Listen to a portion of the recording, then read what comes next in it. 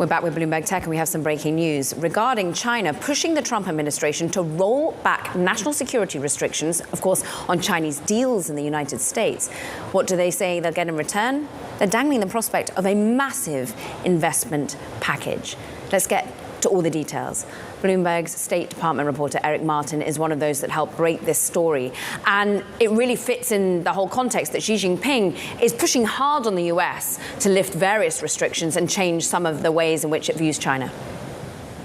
Absolutely, Caroline. This is what we're hearing about seems to be China appealing to Trump's reputation as a deal maker and his idea, his focus, the art of the deal, of course, being his most famous writing, and just basically looking at how can China get a treatment in the U.S. more similar to some of the other countries who have announced big investment packages in the U.S., including Japan, a looser commitment but from the European Union as well.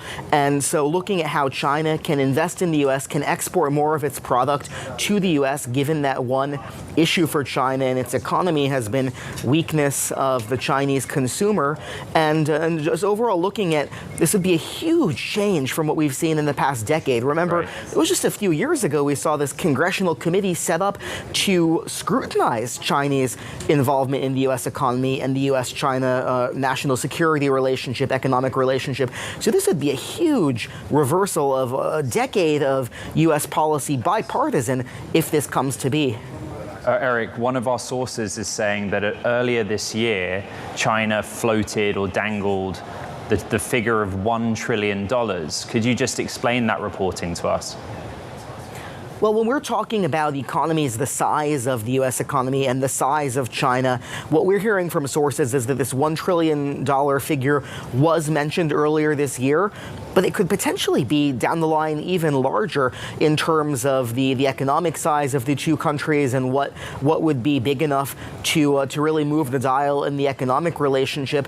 And remember, China has seen a series of proposed deals involving Chinese companies rejected by CFIUS, the Committee on Foreign Investment in the United States, led by the Treasury Department. So this national security concern has loomed large for many years in the U.S.-China relationship, and this would be a huge change. It's really hard to overstate how big a change this would be if this deal is reached and if investment in the U.S. is opened in a much bigger way to China and to Chinese companies.